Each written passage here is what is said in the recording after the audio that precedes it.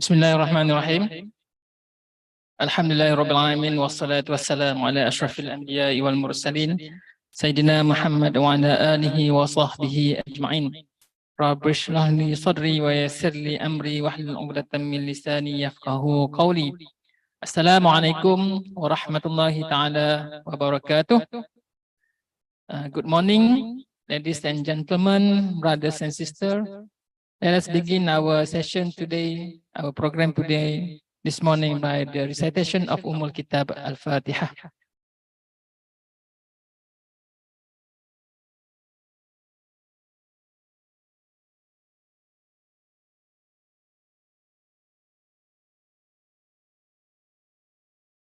Amin.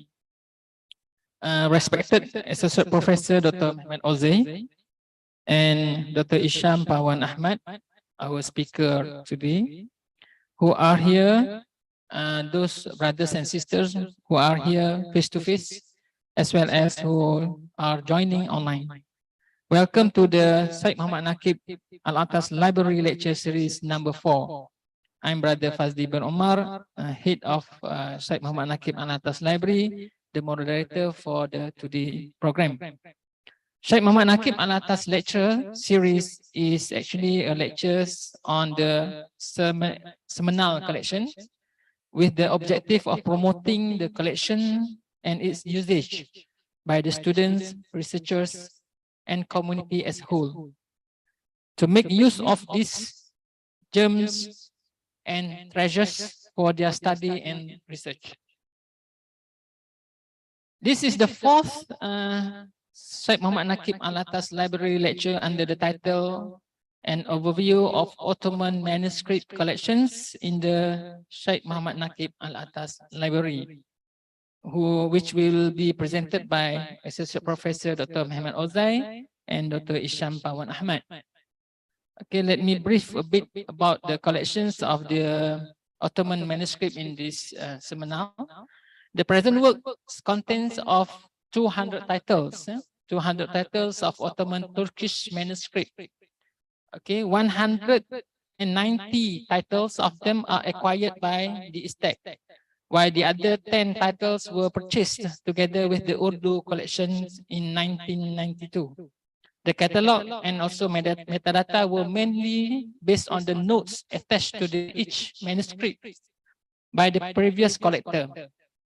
There is no fixed system of transliteration in Turkish, therefore it is not always strictly uniform. Okay, to name a few of this manuscript, there is a kitab named Kitab Al-Attas. This kitab is the Arabic Turkish dictionary published in 1685. And Bahgatul Al-Fatawa, 1761. Shadweli Artifact, 18th centuries, and there are more manuscript names on these collections. Okay, let me draw your attention to the biography of the expertise and also the specialization of our speaker today. Okay, on my left, he is Associate Professor Dr. Mehmet Ozay. He is attached to the ISTAC, International Institute of Islamic Thoughts and Civilization, on July 2022 until today. Before that, he was freelance writer and also researcher July 2013 for 10 years and 3 months. He was also the senior lecturer at the University of Technology Malaysia. Okay, from 2010 until 2013. And he was a visiting lecturer to the Shah Kuala University, September 2008 until 2010, for 2 years and 4 months. He also was a director for Turkish Culture Center from 2008 until 2010 at the Araniri, Banda Aceh. So his works is developing cultural and also educational relations between Aceh and also Turkey.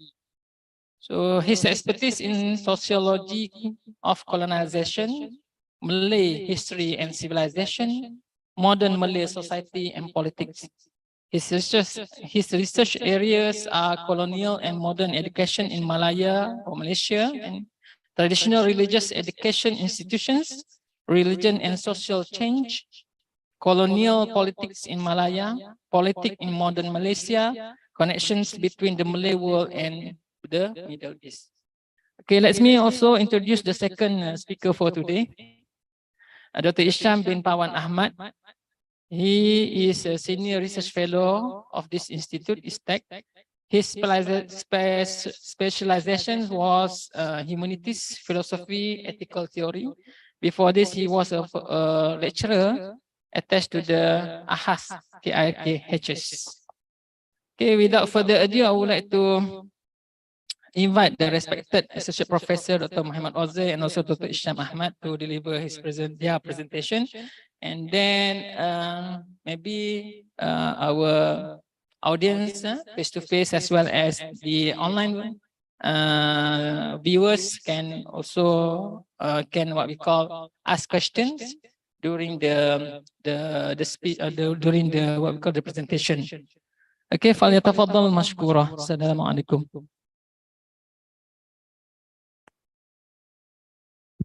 Bismillahirrahmanirrahim. Assalamu alaikum wa rahmatullahi wa barakatuh. First of all, thank you very much for this kind event for State Library, the head of State Library, Mr. Fazli. And I would like to also thank to Prof. Merikan Hojam organizing all these events over here in library of ISTEC. So this is not a lecture. This is the initiation of a conversation about Ottoman manuscripts collection in ISTEC, or SMNAL, Syed NAQUIB Al-ATTAS library.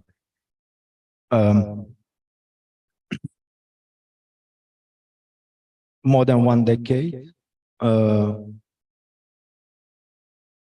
have been aware of the manuscripts in ISTEC, but before affiliation to ISTEC, I could not access to these manuscripts. When I came here last year, in the initial meetings with Prof. Osman Bakka Hoja, he told me that there is a collection and there is a catalog about this Ottoman collections over here. Why not you do not write a brief introductory paper? So I say, okay, I initiated and constantly worked upon on it for 3 months, starting from September till December last year. Of course, I could not continue in details because there have been some other responsibilities.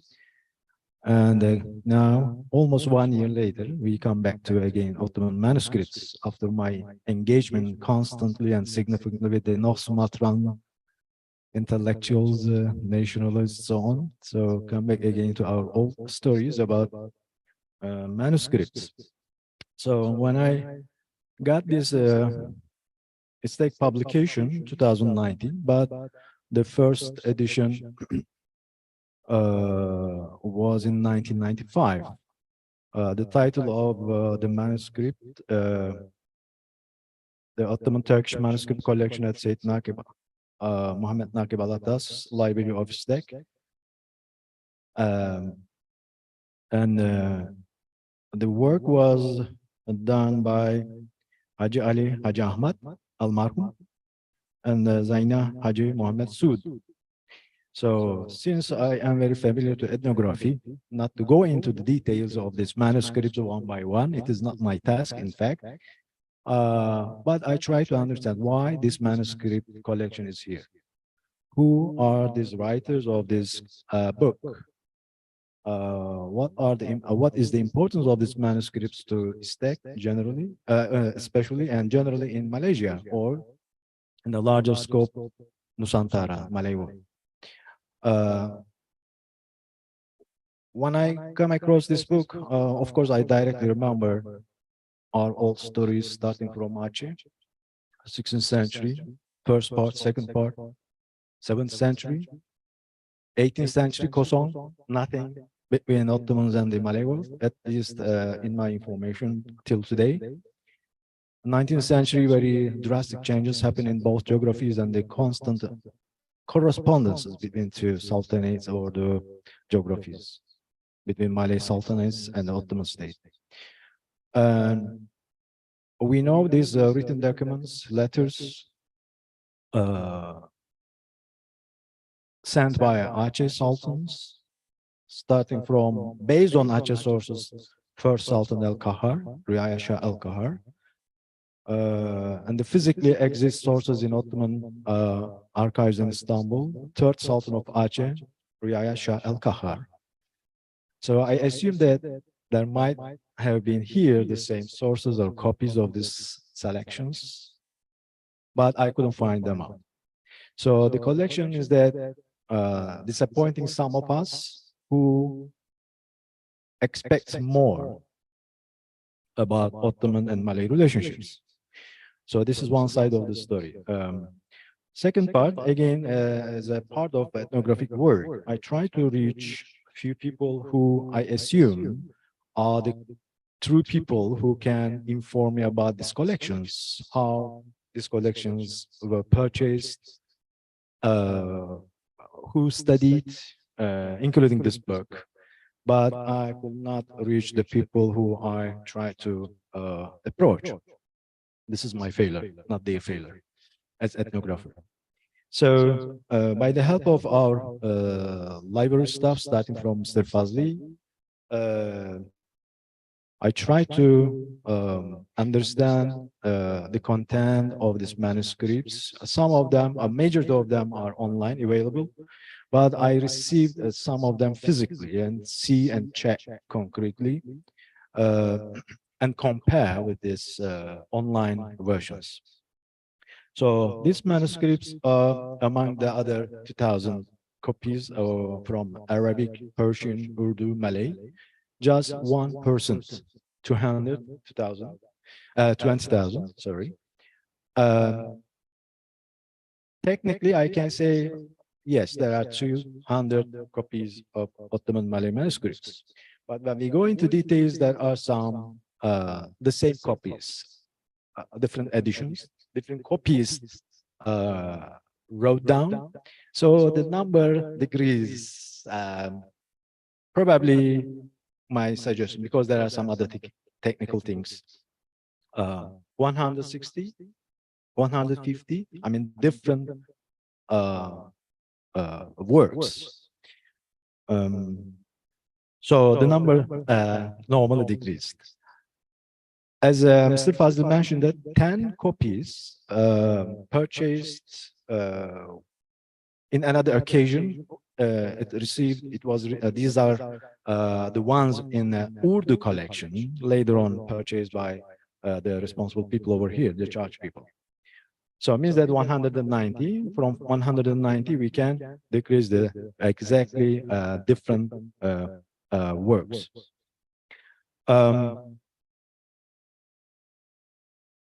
As my promise to Prof. Osman Baka, I wrote the article. Currently, it is under review. Will be published hopefully the end of the year or the beginning of 2024 in an international journal.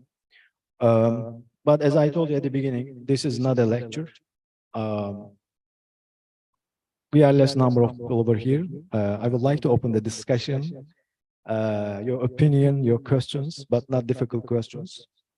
Probably Dr. Isam Hocam will give some brief explanation about NAQUIB Al-ATTAS and his attempt to build up this institution, including the library.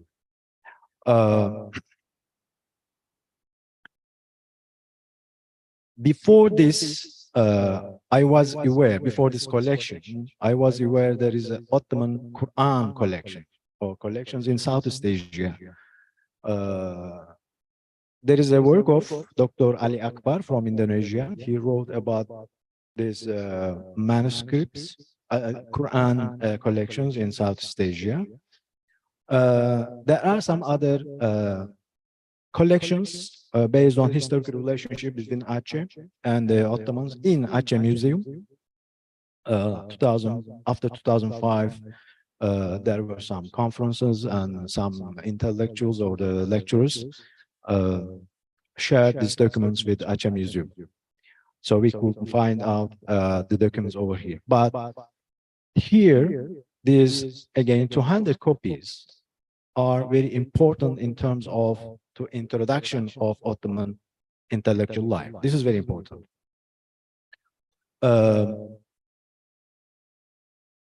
Even though some more circles are aware of the presence of the Ottomans globally, but what are the contents of this intellectual life? So the manuscripts briefly give us some understanding of what the Ottomans produced or what the Ottomans acquired from other cultures and civilizations. So when we look at this collection, we can see between 15th century until 19th century, there are different numbers of books, manuscripts exist over here. So this is a kind of an opportunity, a chance for the students who are interested in this Ottoman world, Ottoman intellectual life, and their constant engagement with other cultures and civilizations. As Mr. Fazli mentioned, few examples, or dictionaries, Arabic, Ottoman language, dictionaries of Persian, Ottoman language, or Ottoman language, Persian languages. Some Persian works, even though this is titled Ottoman manuscripts, but it requires Persian works. So this is very smooth, very superficial information. Means that this manuscript collection is quite introductory to the Ottoman world and the West Asia, including Arab world and Persia. Why 15th century, especially 16th and 17th centuries? Later on, probably I will give some data, statistics, which century, which works, the number of works. So exactly these manuscripts purchased, produced, reproduced, copied during the time of Ottomans' engagement with the Safavid. This is very important. Especially beginning of, in the middle of 16th century onwards, the constant war for 40 years. But this was not just warriorship. In fact, this was an occasion for both sides to understand, to develop their understanding each other, their own intellectual world, their own scientific worlds. So these Safavid relations with the Ottomans caused what I have understood from this collection, a constant engagement with this purchasing process by certain pashas or presented by the Persians to the Ottoman political elites in Istanbul through envoys, or purchased by Ottoman pashas to present to Ottoman sultans for their sons, there's some occasion, let's say wedding ceremonies, so on. Or some other things, probably people got power by acquiring these sources. Why? These are intellectual sources. If you have this collection in your home, in your offices, let's say in the Ottoman capital, means that you become something. So it shows yes, yeah. Yes, the social prestige. So these works not only just scientific reasons, but other some social reasons disseminated in Ottoman society. Of course, there is another group. Probably we will mention their names at the very first. Ulama, religious scholars. Madrasa community means the students. Because we are talking about pre-capitalist print media era. The Ottomans engaged significantly, and they inherited the madrasa traditions from Seljuki state, and they continued significantly. They established in many provinces of Ottomans, either in Balkania or in Arabia or Anatolia, Asia Minor. They needed constantly works, intellectual works. not only just religious subjects, but some others, scientific subjects. Again, I have some sort of data, the subjects, very diverse, from astrology and al-Fiqh, Sufism, as can be guessed. It shows that very dynamic process occurred during this 16th and 17th centuries. Later on, beginning of 18th century, the printing machines entered the Ottoman geography, even though it was known. It had been known before because of some other reasons, technical reasons, the bias, so on. But at the end of the day, this manuscript production continued by handwritten process by katibs, the script writers. They created their own artisanships. From here, I would like to mention that these manuscripts are important, the contents are important, they're scientific, religious knowledge, but at the same time, the production processes informing us that there were some other groups of people contributed significantly, starting from script writers, katibs. So this is a huge area, what I have understood. Some our students or some other students in Malaysia or the Southeast Asia can easily gain information and knowledge from this collection. So this is my very brief introduction. Dr. Isam Hocam would may probably tell something, and we will continue.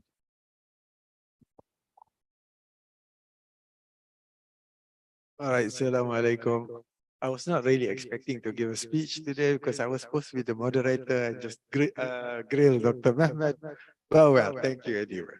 Now, most of you actually should be very grateful that you have such an exceptional library.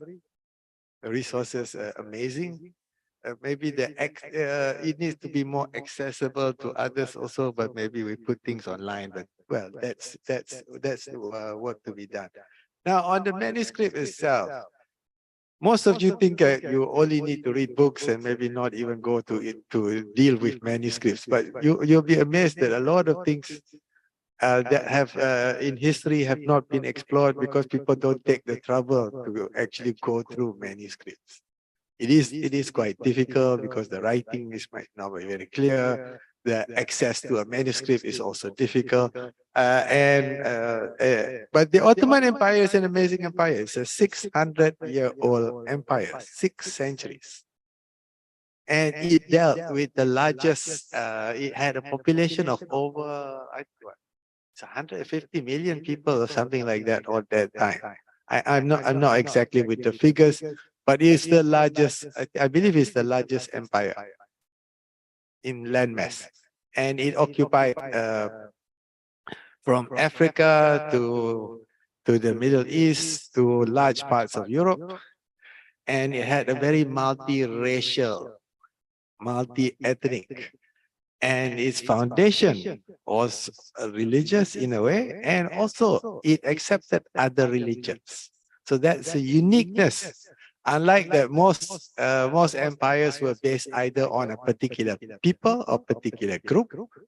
This one actually was able to accumulate, to accommodate, and to absorb large numbers of people from different groups. So you have Turkish, you have the Arabs, you have the Persians, you have the Europeans. Well, not European at that time yet, but many in the West.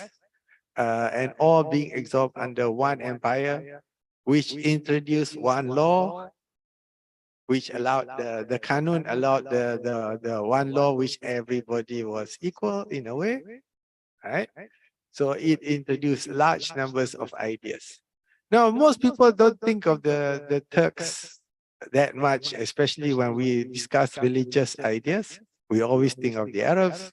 Maybe we think of the Sufis in Persia and maybe even the subcontinent. But you don't have that many Turkish thinkers or faqih which we know about. And that's why Mehmet's work can actually contribute much more.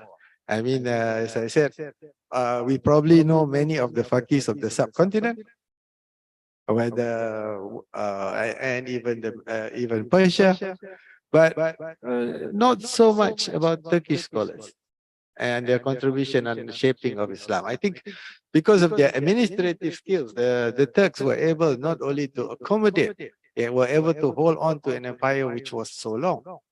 Now, manuscripts is difficult. I know it's cumbersome, it's difficult, access to them is hard, but you will find that there are so much information that you will learn and you can transmit it to others.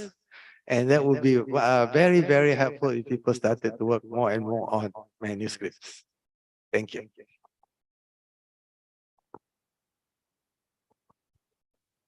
Okay, thank you so much, Dr. Mehmet and also Dr. Isam.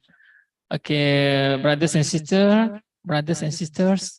Okay, I just want to make an announcement for the achievement of this what we call Turkish manuscript in the Syed Muhammad NAQUIB Al-ATTAS. So all these 200 manuscripts which belong to our manuscript collections here in Semenal, we already digitized all those 200 manuscripts. And also these 200 titles were uploaded into our manuscript system online, which is IM Digital Manuscript Platform, where the users can download all those what we call manuscript for our registered user.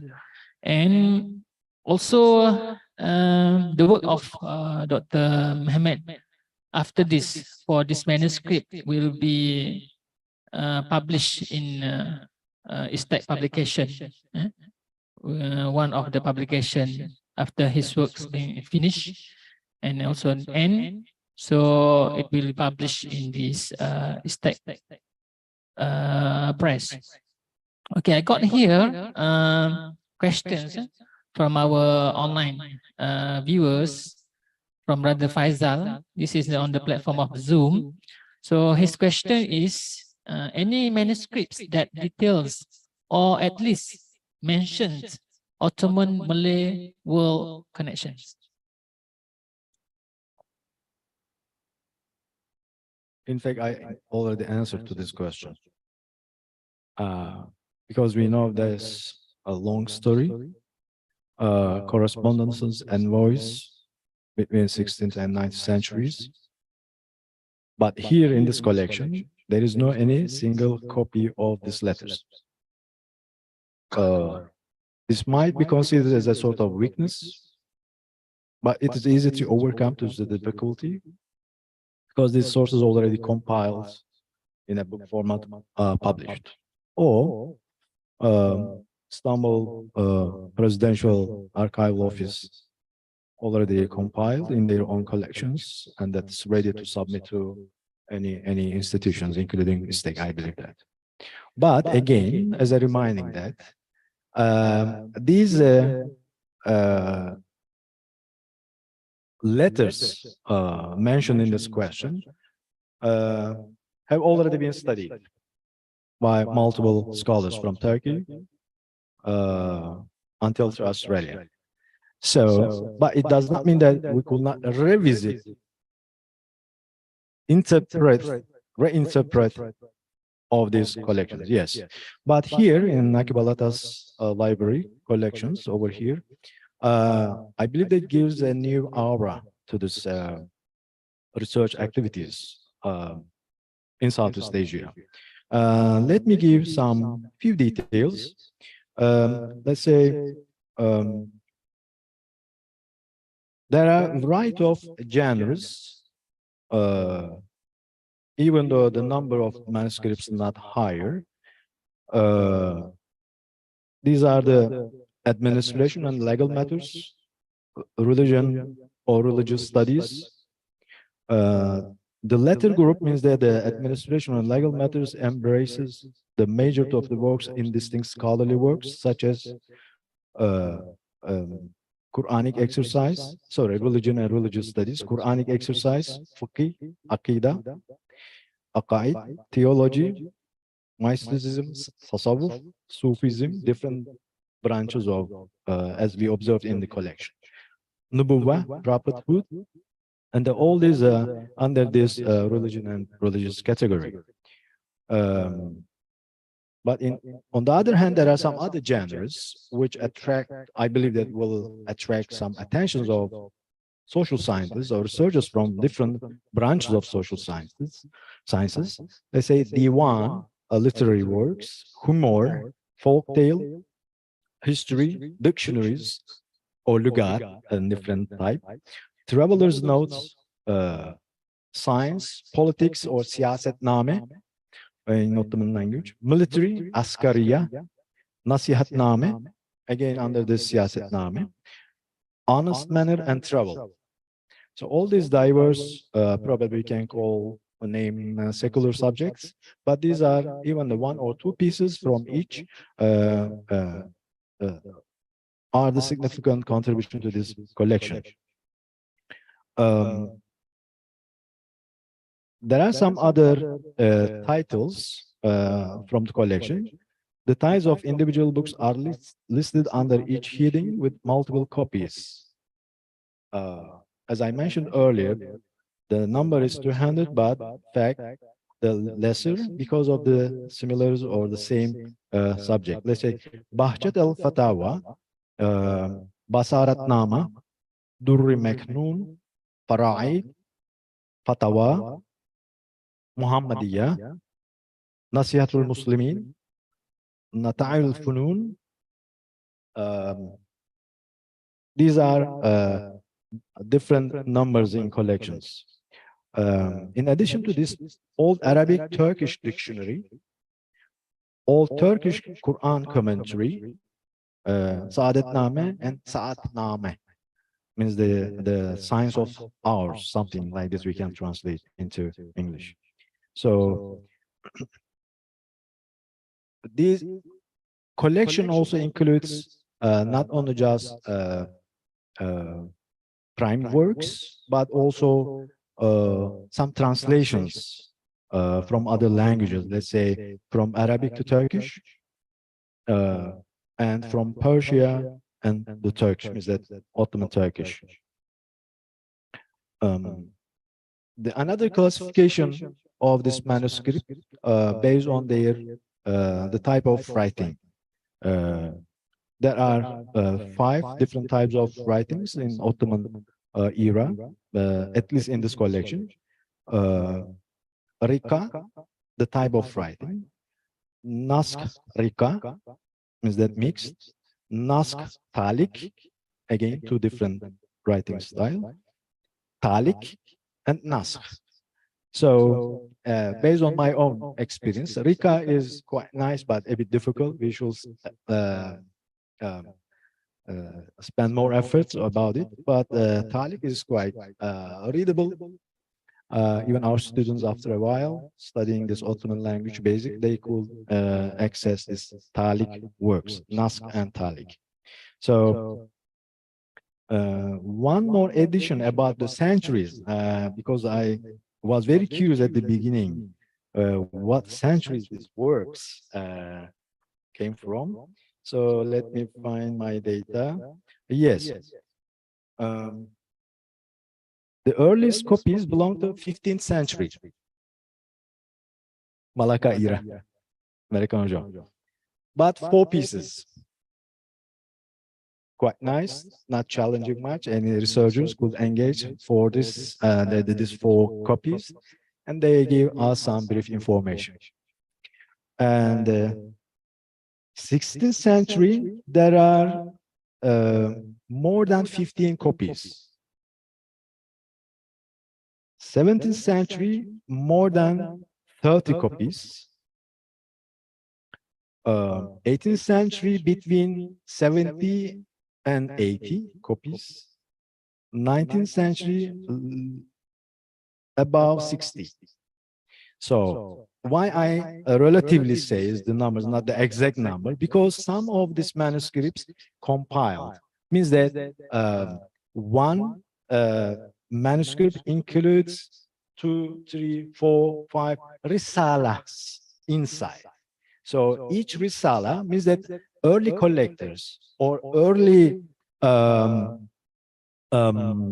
during Ottoman time, let's say, when they compiled these books, because in the old time people read in one time different subjects, what we know. So they compiled in one volume different subjects. So this different subject, number one, the theme, the genre is different. Number two, the century is different.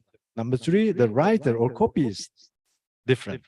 So these numbers, statistically, gives us some not definite numbers when we go into details. So even this is itself very nice information, technical information, which I have been trying to do till today.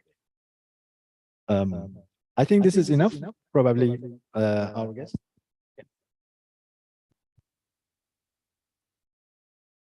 We'll do this. Now, since you've been giving details of how much and how many, what the subject matter, how about the content itself? After all, the interested is what can we learn from the content? I mean, how are the Turkish ulama portrayed here? What sort of relationships do the ideas, Hanafi ideas, have over here? And what can we learn? What have we learned? So let's look at not just what texts are there, how much, how many, etc. I know most of it deals with history, but a lot of it also deals with religion. So did the Malay ulama have some relationship with the Turkish ulama, with the Ottoman ulama, and what was the relationship? Okay, this is the one difficult question. So I should escape to answer to this one. But again, my primary study on this manuscript, not text by text, not go into details. So I just started by this annotated book written by two people and compare with the physical copies. Then some of them selectively, I will give the names. I read the first pages or first few pages because this first few pages give us some significant data. Who wrote, when, the content, sort of information we can collect from the first few pages, and the last 2 pages. So these are very informative. Between these two different pages, this is the one will provide us information, but it is a detailed study. I have not attempted to do it. But one correction, not majority of this collection belongs to religious studies. This is, I guess, richness of this collection. Till astrology, medical studies. Let me give one more detail. My handwritten notes during my study of this manuscripts. So this is my handwritten notes. So this is my manuscript. Let's say superficially when I inform you, pharmacology, medical studies, astronomy, astrology, cosmology, ahlak, of course, moral and manner, manasiki hajj travels.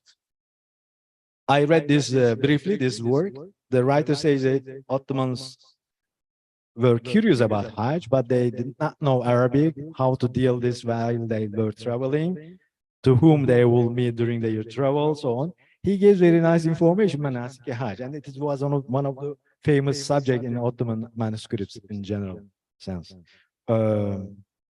Fortune telling, it's very popular currently, fortune telling, how the Ottomans believe these fortunes and how they interpret the reality or unseen reality.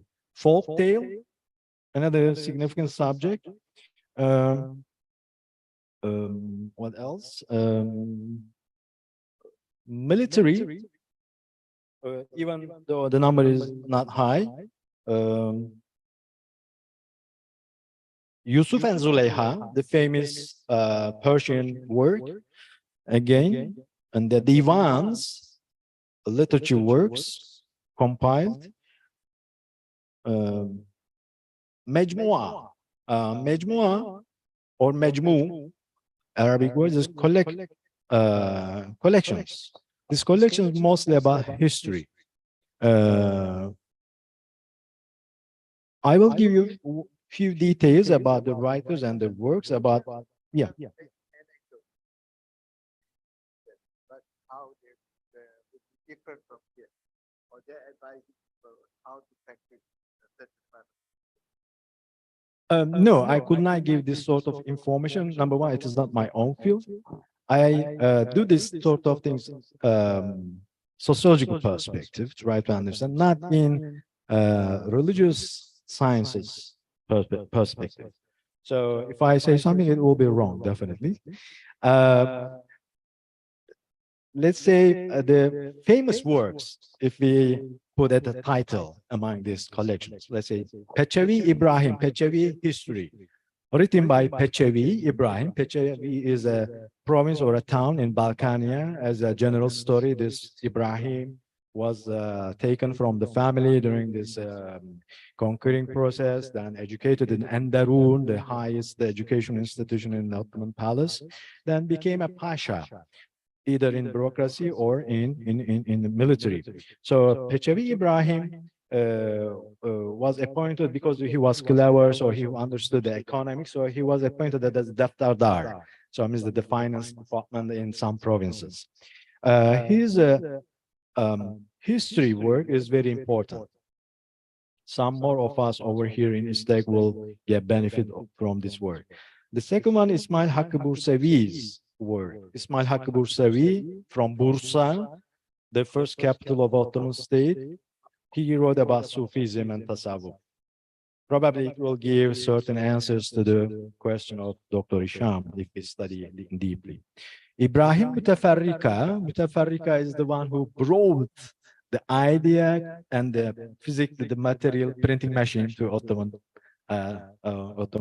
community, society.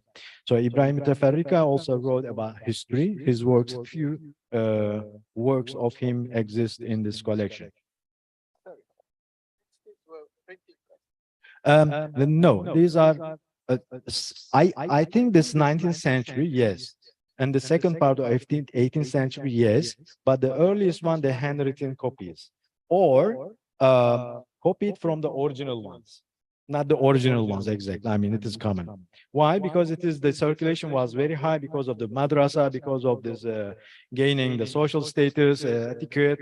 People either order the katibs by payment they wrote, or the katibs earlier prepared and sold in the market. I mean, this is the way.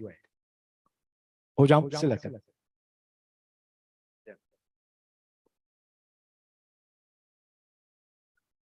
Yeah, I was just wondering, because you mentioned the printing press and you mentioned books, printed manuscripts. So printed manuscript is not manuscript.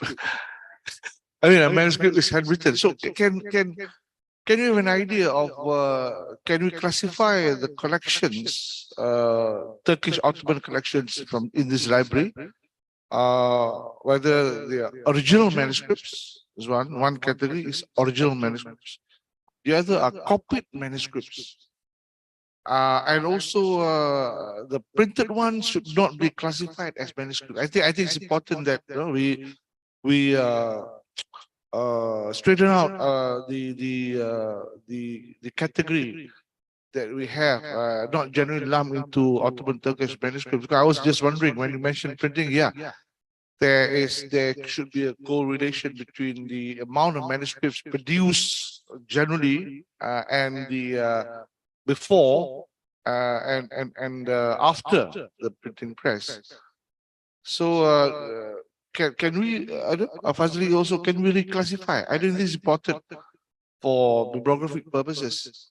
Reclassify the holdings into original manuscripts, copied manuscripts, and then do away with the printed, because printed manuscripts are essentially books, not manuscripts written as such. So anyway, yeah. So basically that's perhaps you can enlighten us. manuscript, how many times it is reproduced. So I wanted to see the popularity of the subject matter. So your one original, you mean is the only one or the first one?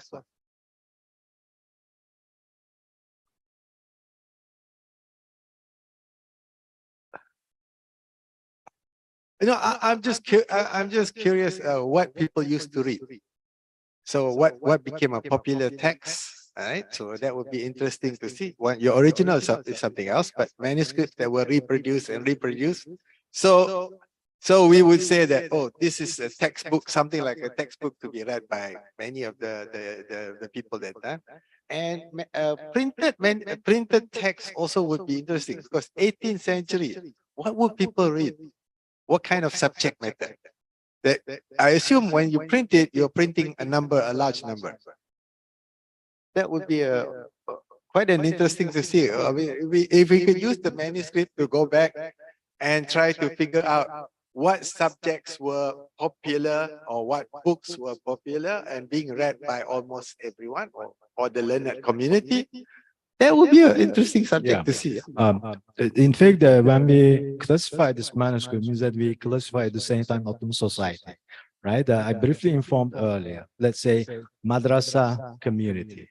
They need not just this, let's say, popular subject, but the religious subjects more. Fiqh, tasawwuf, right? Quran exegesis. Oh yeah. So this is the one. In details, we should go into details. Stay by one by one these manuscripts. But popularity means that, let's say, history works. I gave few examples: Pechevi Ibrahim history, or another one, 16th century Birgivi Mehmet Efendi, or Birgili Mehmet Efendi from Balıkesir, southern part of Marmara region. He became very famous religious scholar. He wrote about Tarikat Muhammadiyah. He is very familiar to the work of Ghazali's Ihya. Why? Number one, definitely he wrote Ghazali's works. Number two, during the 16th century, even though the high Ottoman era or golden era we can name, the social issues, let's say, corruption occurred significantly because of after high level. We remember the theory of Ibn Khaldun, the cycle theory. Society turned into something not expected one. So, Tarikat Muhammadiyah, through Tarikat Muhammadiyah, Mehmet Birgivi informed the society to turn back again, or re-Islamization. So this work is constantly rewritten, copied, recopied, and read by common people and the mosques and the madrasas. Like the work of Ghazali's Ihya. This is very important. History works became popular. I think one of the factors why the Ottoman society or scholar circles engage more history, because of the encountering processes significantly changed the direction of Ottomans. I mean, encountering processes with the Europeans. Okay, the Europeans started to learn about the Turks, about Islam, starting from the Saracens in the 11th, 12th century. But the Ottomans were very proud of themselves in front of the European societies and the states. Why? We learned you, we are powerful, right? You should learn us. I think this is very social issue, right? But the end of the day, starting from this Kanun era, late Kanun era, that's Selim II and onwards, when the difficulties gradually started in front of Ottoman state, militarily, bureaucracy. So they started to understand what has been going on, what had been going on in Europe, try to learn the each nations. So the history writing became popular, and of course the learning and teaching processes. Another popular subject is Diwan.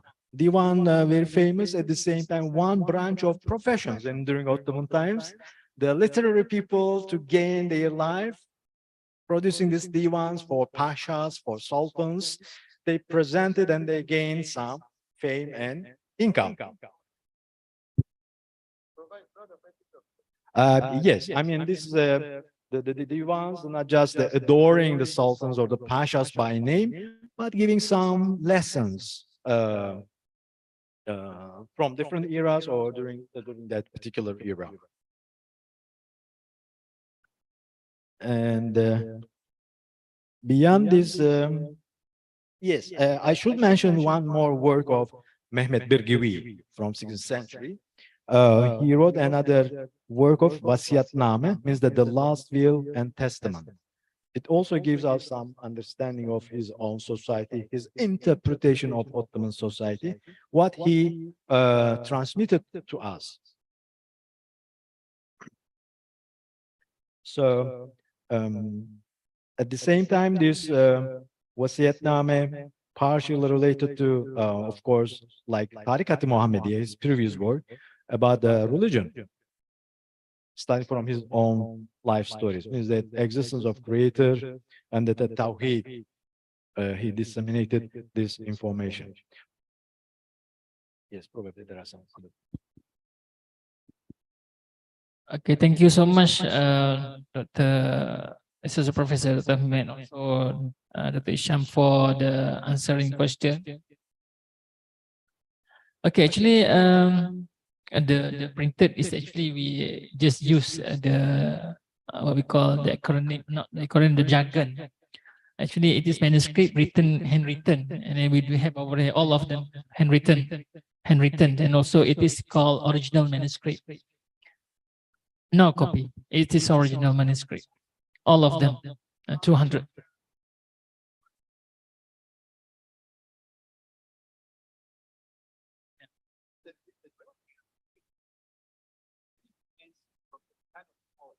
Yeah. All of them from the kind of. So actually, in the manuscript itself, they will mention who is the author over there. The Sharahan. So in the incipit also a colophon, there will be their name, the name of the author itself. Okay, right? I mean, correction, probably sort of. I mean, there are, of course, copied versions of manuscript. Let's say I just randomly open page 53, this annotated catalog. A number of manuscript 123, 123, Naqshbandi order, the title given. It includes 6 small treatises on Naqshbandi order by Mehmet Sadiki Erzinjani, the person who's a scholar, who was a scholar from Erzincan, the name of province in the eastern part of Turkey. So the information copied by Mujallid, the binder, Abdul Rahman Effendi. So there are copied versions. That's why I mentioned earlier. These copied versions, one original work, and or the copied version make the number of manuscripts decrease. I mean, not that all of them significantly different works. So copied, as Dr. Isam Hojam mentioned, was common practice, was a profession, in fact.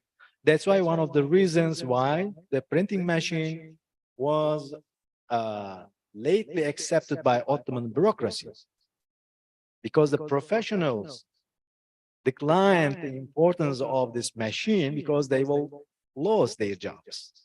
One of the reasons.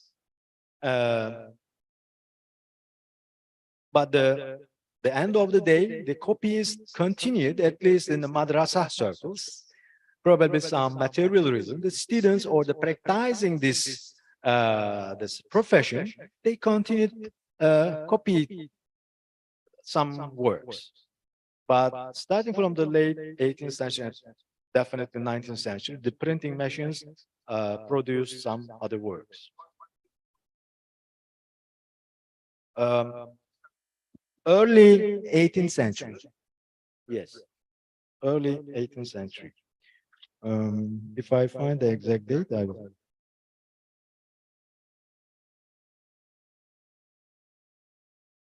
Oh yeah, this is the bit. I should check. Yeah. Yes, yes, we do have other collections. We do have another 5 collections of manuscript. Malay collections, Arabic collections, Dawoodi, okay, and also these what we call Persians, Urdu collections, all those manuscripts that we have inside here. Okay, okay. To note for these lectures, okay, we do have some amount of 2,653 manuscripts, handwritten manuscripts here in our collections. Among all 80%, if I can say, as of today, we digitize millions of pages, millions of pages. Malay manuscript, we do have around 89 manuscripts, and the rest, there are 300s, there are 400s of the collections. Urdu manuscript, if I'm not mistaken, is around 200 something. So I have to check that one. So, but altogether there are 2,653. I may add the correct numbers, Hojam, American Hojam. There are 37 copied works in this manuscript collection. 37. Okay. Again, I mean, yeah, good question. Let me check in details. Yeah. I mean, definitely lesser, I guess. Why? Because this purchasing processes, the collectors, early collectors, so on. That's why, I mean, I wish to see some charge people or who collected this manuscripts or purchase. So this is another story. I guess they will have answers to this. The first printed work done 1731 or 1732, again by Ibrahim Mutafarrika himself. His work exists in this manuscript collection, Usul al-Hikam fi Nizam al-Umam, means that a rational basis for the polities of nations. It is very contemporary, very modern subject, like Montesquieu time. Because he was a converted, right? He knew something more about the developments in Europe, closely follow up. And when he intended to write, definitely he wrote a very subject, very modern, contemporary subject, a rational basis, politics and nations. I mean, what was going on during that time in Europe, nation state buildings, initial stages, so on. And as Ibrahim Mutafarrika introduced this subject by printing himself this book. Thank you so much. Okay, we open to the, this is Dr. Ahmad Temel from the Embassy of Turkey in Malaysia.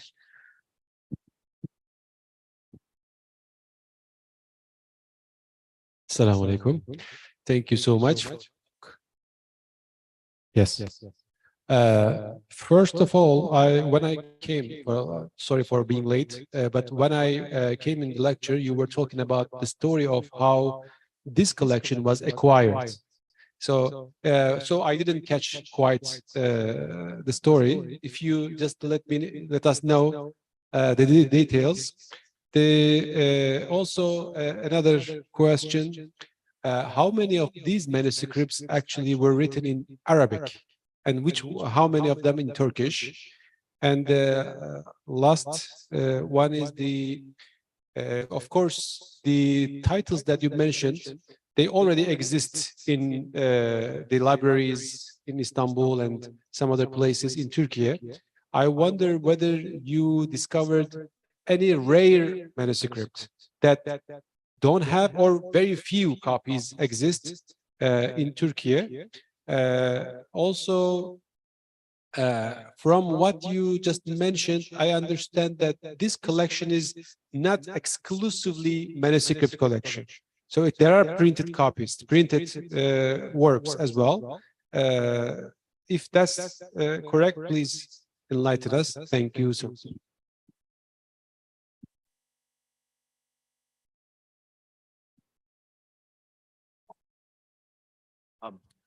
In fact, this is my first curiosity. I mean, as an ethnographer, social scientist, when we go into field, we try to understand the fundamentals. So to see, to meet, encounter with the exact true people. So my attempts failed. Means that I couldn't find. I met the NAQUIB 2019 in his home, but for another reason. At that time, it was not in my agenda, these manuscripts on. I couldn't initiate the questions. My attempt last year failed, and even I couldn't reach these writers of this annotated manuscript. One of them passed away, Al-Marhum, and the second one said something different, so I couldn't get information. But I guess because NAQUIB started over here late 1882, right? 1982, Istek. And this manuscript collections, I don't know the Arabic, Persian, Urdu, and Malays, but the Turkish, Ottoman Turkish ones purchased between 1990 and 1995. And this book published in 1995, annotated book, and the second version 2019.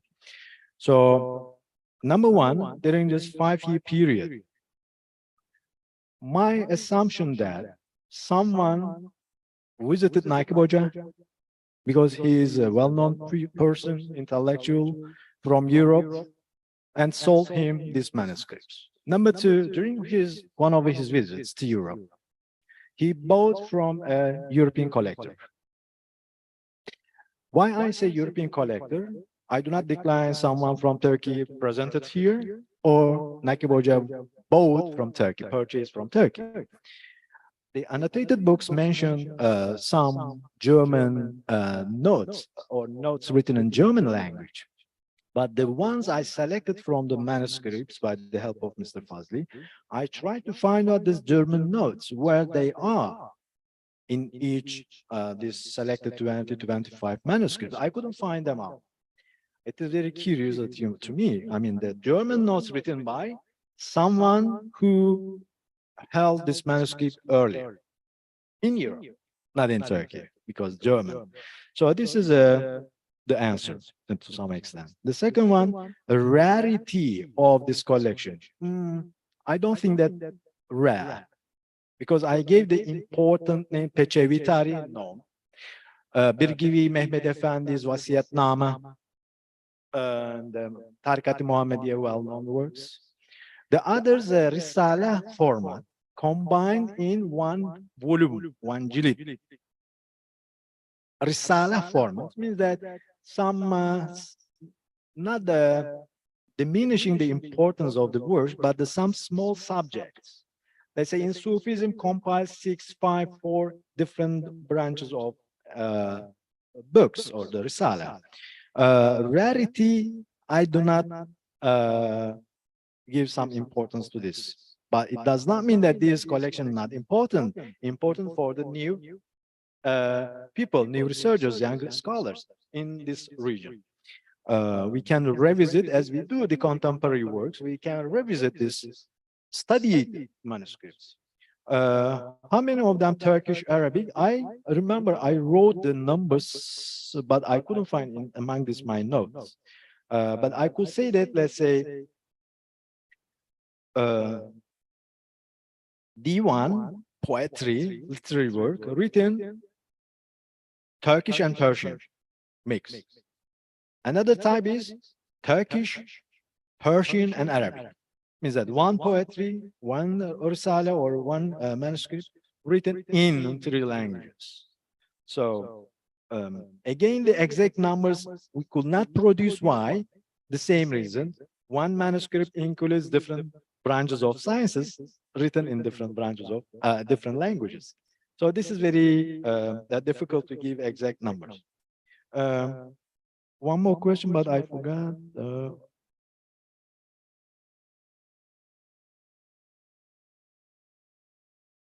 Oh yeah, let me revisit my notes, and this exactly the manuscript. American hocam, definitely right. If it is printed, it's not manuscript, right? But this is also a reality. During the 19th century, printed So this is a sort of different expertization, different branch of science to understand paper in sort of information. But again, let's say 37 copied, means that copied by hand.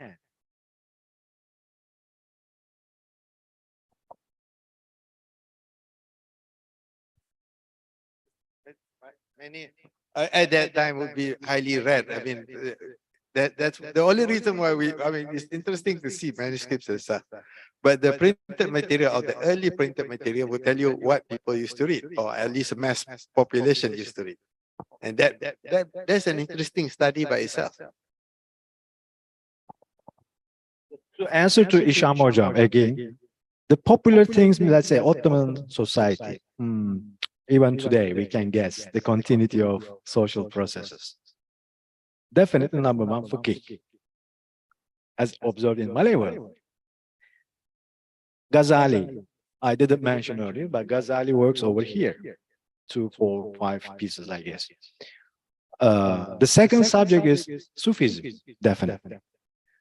For common people, Sufism very important to affiliate themselves to religion, go into details on their lives, problems, so on, social problems. They affiliate themselves to one of tariqah. That's why there are some tariqah or orders, the books. And the third one is the diwans.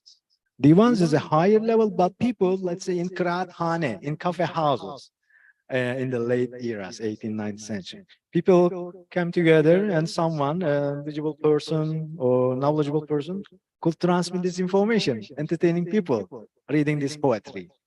Or in the Pasha's konaks, mansions, they came together, they entertained themselves regularly by other, the people from other science, arts, let's say musicians. So these 3, 4 branches are very popular, and this works transmitted either originally written or copied in Ottoman society. Okay, thank you. Maybe we can have a very last question, if there is any.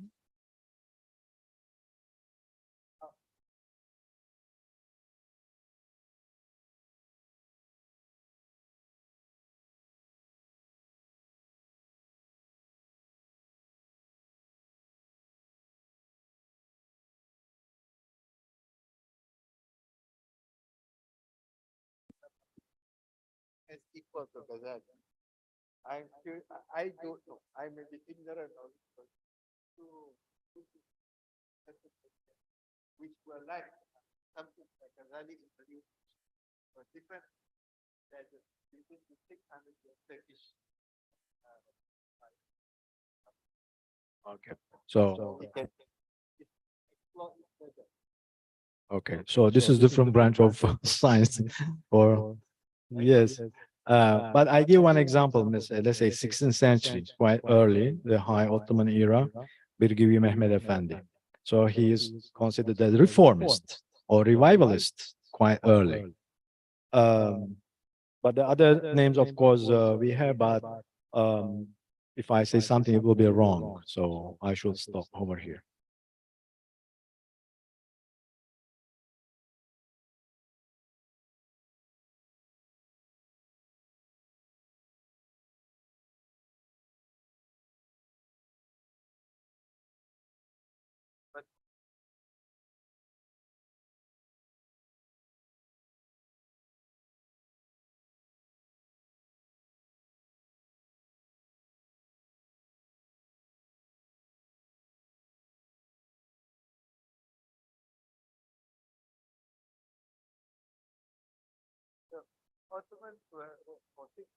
But yeah, I mean, it's my ignorance. I don't know that much of Ottoman, and that's why I was thinking that this maybe we can repopularize or reintroduce different ideas that would.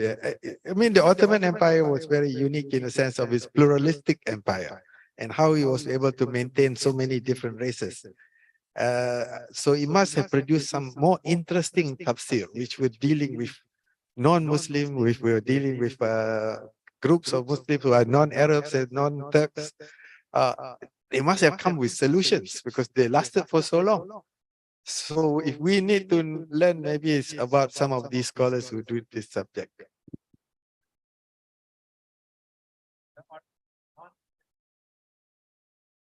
Just like other so they follow the tradition. They wrote comments, they wrote Rashi. So they accumulated knowledge and updated the knowledge by commenting and Rashi. But not necessarily for the audience of non-Muslims. They just wrote it mostly for the of staff and science.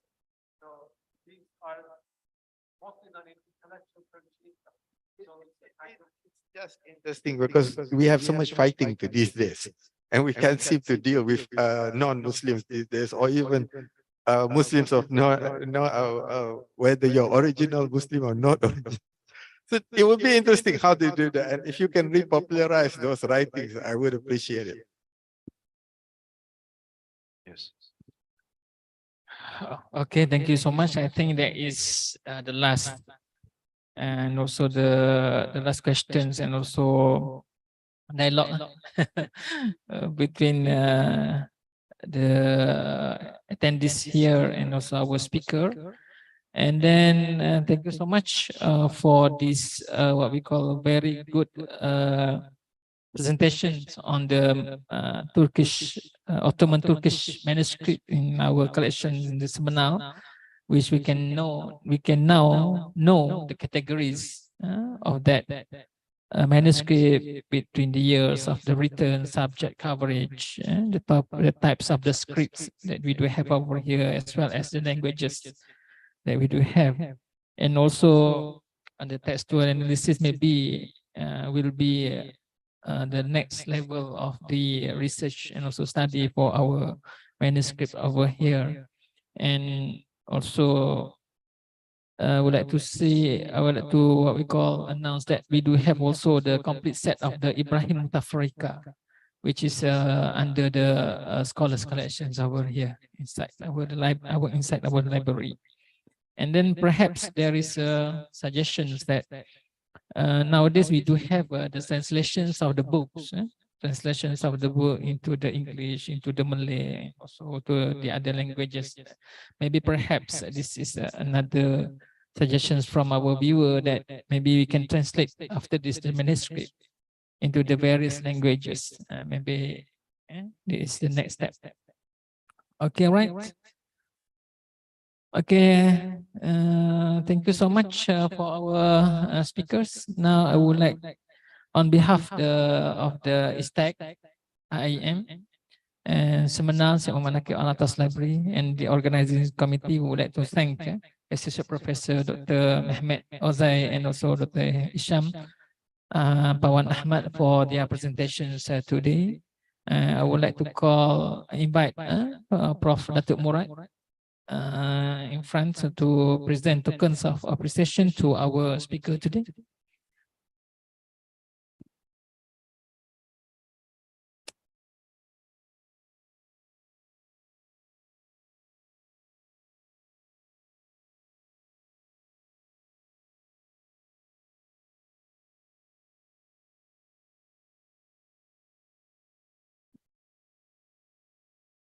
I call Associate Professor Dr. Ozay to receive token of appreciation.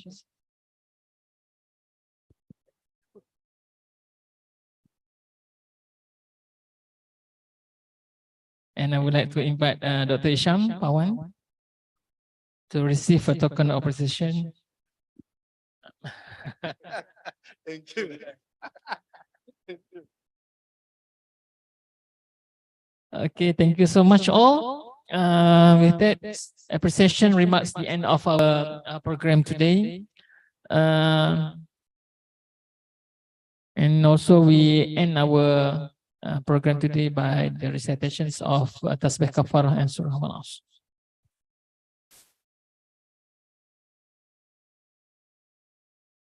Assalamualaikum warahmatullahi wabarakatuh.